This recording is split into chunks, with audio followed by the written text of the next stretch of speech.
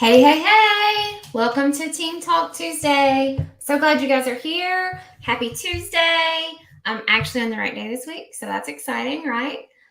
Today we're going to talk about a topic that everyone's really interested in, right? Training your team.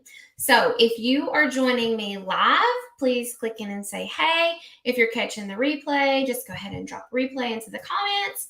I am super, super duper excited to talk about this topic today. If you are joining us from LinkedIn or YouTube, you need to hop on into the Secrets of Building Epic Teams Facebook group where we talk all things team all the time and how you can utilize your team to the fullest potential. So, I'm Erin. It's great to see everyone today. And we're going to talk about how we train our team and specifically the RTP training method.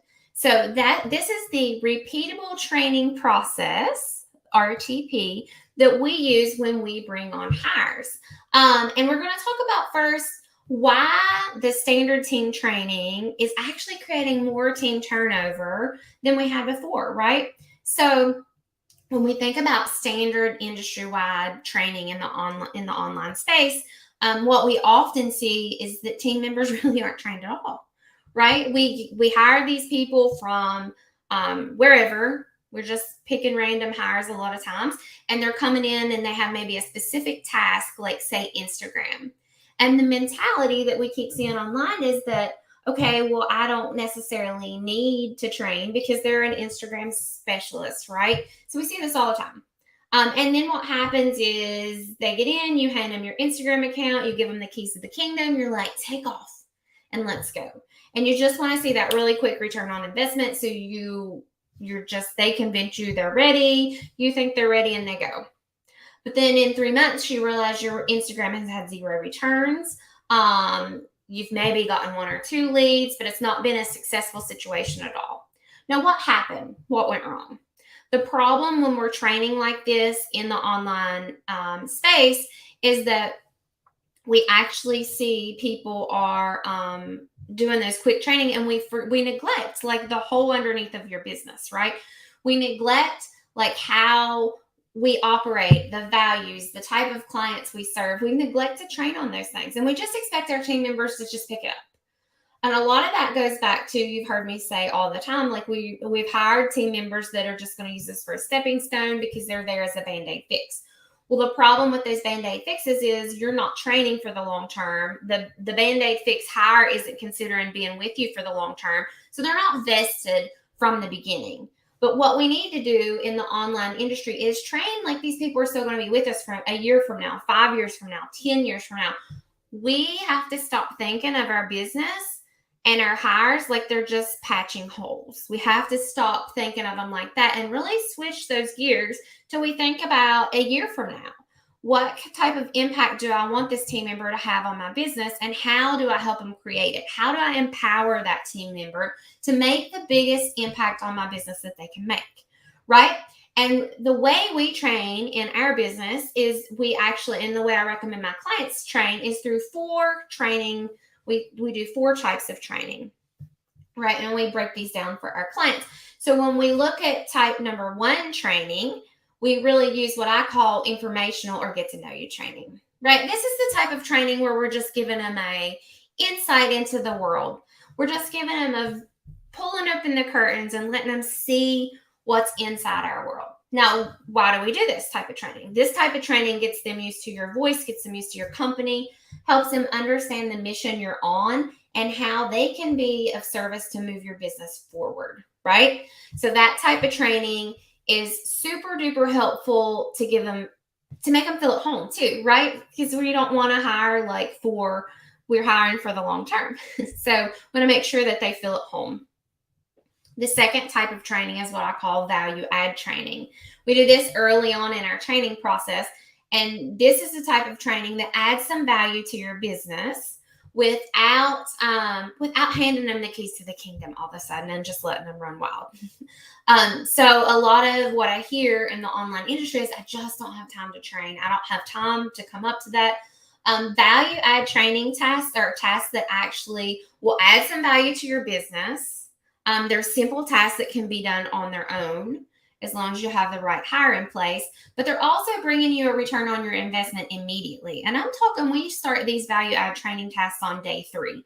So these are tasks that actually get your team member up to speed quickly, without you handing over all the things, without you worrying about mistakes, without you worrying about client impact, all of those things. But there are tasks that you can do at the beginning that you really need. And it also gives your new team member, like, it jogs their brain, right, to think of more things to do and how they can help. They can look at holes and ways that they can fill those holes. So that's what we call the second type of training, the value add training. So we have the get to know you, informational training as number 1, and then we have the value training as number 2. The third type of training is called the primary task training. And this is the type of training that you hired your team member to do. This is training that you know that they were brought in to do, they're capable of doing. This is what they expect to be doing every day. So when you start this training, what's involved is a heavy review process. So you hand over the training, but you do it so in a way that everything still clears your desk first, right? So you don't have to worry about mistakes as much. You don't have to worry about, again, client impact, anything like that. So this type of training, there's a couple things that needs to happen during this training. The first thing is that you always have a solid review process in place. This means that you are always reviewing any kind of work that they put in, or they put out before it goes out to the masses, right? This is kind of like the dating phase of your relationship. So they're still not quite all the way there yet, but you're still kind of doing a little bit of hand holding, right? Before you just release them full on out. So it's like when you teach your kids to ride the bike and you're like, they're pretty good on those training wheels, but you're still going to stand there and make sure that they don't fall over. So that's kind of what that's like. And then the fourth, during the third type of training, that primary task training, you always need to leave open room for questions. So there's always a continual feedback process there where they have the space for question. And the way you review and give feedback on work is an integral part of how you move forward and how the long-term relationship lasts. So it's very important during that primary task training that you're always reviewing work, you're always leaving space for questions, and you always give very detailed feedback. That's 3 things that's very important during the primary task training. So then we move into the fourth type of training, which is one that I always see people overlook, and that's the continuing education long-term training. So you're like, why do I need to keep up long-term training? Well, I will tell you this. On my team, there's always a long-term training going. It could be a piece of tech that we're looking to use. It could be a future strategy that we're looking to implement, because I'm not just planning for tomorrow, right? My business is still going to be here 5 years from now. So I want to make sure that I train with that long-term in mind, because it's easier to move someone up within my business than instead of hiring outside. Sometimes I do have to hire outside help, new outside hire help, but if I can, I move up from within first. And so those people are always training on those extended range items that we maybe don't need today, but we'll need tomorrow. I always see people neglecting this. Now, why is it so important, right? Why is ongoing long-term education important? Because it goes back to everything I believe in the virtual hiring industry, right? It creates a sense of longevity with your hire. It creates the sense that you are not only hiring for today, but you're also hiring for 6 months from now, a year from now. They will not look to use you as a stepping stone. I once read a stat, and I'm sorry because I'm horrible. I should be good with numbers because I used to be an accountant, but I'm horrible with number memorization. But I once read a stat, and one of the single biggest indicators of if a team member stuck around or not was the amount of education they were given within the company. So it's very important. They feel like you're pouring education into them. You're making investments into them. So that's important. And not only that, but also it opens up future growth opportunities for you, right? And seamless future growth opportunities, because we're training for that long term. And so we know that those future growth opportunities are available with our team because we're already starting to train on it. So we're ahead of the curve all the time. So we always leave some training time into our day. We'll have a new piece of tech that we'll be training on. There's always something that my team's coming up to speed on. And I always recommend that you have that too. If there's downtime, I hear people say they don't know if they have enough work for a full-time VA. Well, do you have a training task in there? Because you always should have a training task in there. So there should never be any downtime. There's always a fallback.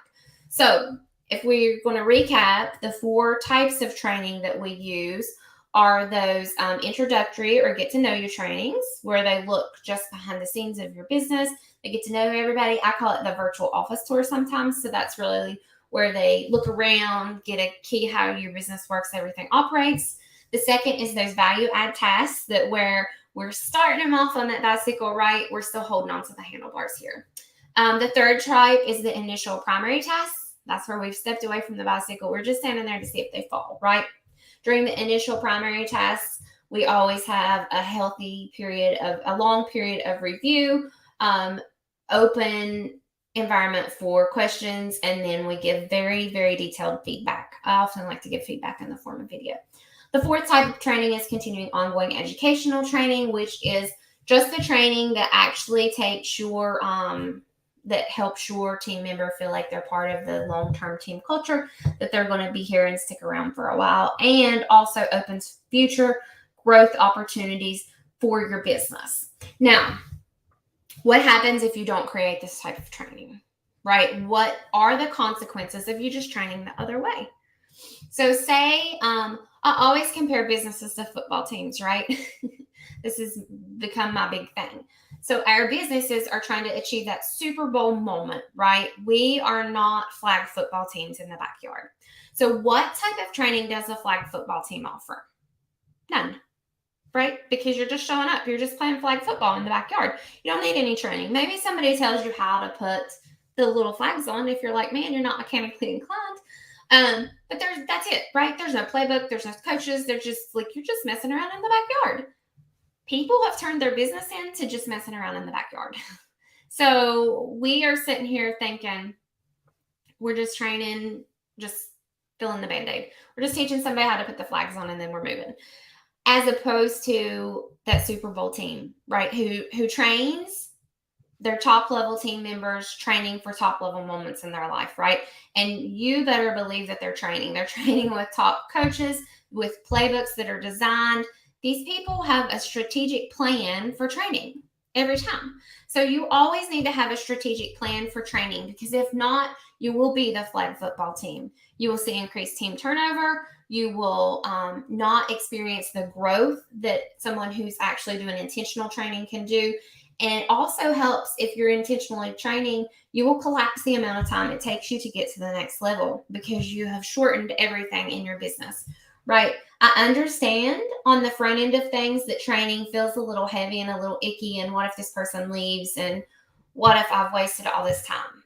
But it's not. It's an investment into your business. So I urge you to think of your training as an investment into your business instead of just a waste of your time. Like, let's spin the narrative on how we're using training right now in your business. So, okay, what does that look like as part of the big picture? What does that look like in my program, in my Hire, Train, Delegate program? So in our program, we focus on 3 distinct things, right? We hire the team member that we need, that's the perfect fit, or team members, or we streamline the team you have. But what we do is create that perfect core team, that core team that's going to stay with you long term and build out the business of your dreams. They have potential for growth. There's so many things that we look at when we hire, and we went into some of that last week on our Team Talk Thursday because I was on the wrong day. So when we hire those people, and those core people, we're not afraid to train them because we know that they have came to our business with specific purpose of being there for the long term. And then we pack the training onto that. Once we combine that with the training, it's an amazing experience, right? Because we're looking at long-term. And then in the third piece of our program, when we learn to delegate out, that's really how you utilize that team. In the delegation phase, what happens is that you can offload entire areas of your business so that actually you get some time freedom back and you can focus on growth activities, which is what you should be doing as the CEO. So it's all about creating that culture of longevity in your business.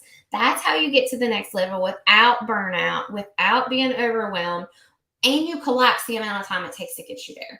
Because I guarantee you, if you're sitting trying to do all these tasks on your own, or if you're sitting here with a team that's pieced together and they've not been trained, you've just thrown them into a position, then you are costing yourself money. You are costing yourself future dollars. You are costing yourself frustration and time, where if you pour a little bit of time in the beginning to your team, they're more likely to stay around, they're more likely to retain what you're doing or teaching, and they're also more likely to think, look, and act like you, right? Because that's the goal. We want team members that can elevate our business and scale, but also we want to keep that thing that's made our business phenomenal, right? That client experience, that personal touch that's made our business amazing, and all that comes from training. Please don't shortchange your trainings. Don't set yourself up to fail because you didn't put in the proper training. So if you have questions about training, I would love for you to just reach out to us. We are always happy to chat. We have, as always, a systems and team audit available if you feel like you have some problems with your team. You're not exactly sure if your team's working at the best efficiency that it could be, and maybe you just have some general questions. Reach out. We would love to chat with you. Hope everyone has an amazing week, and I will see you next week.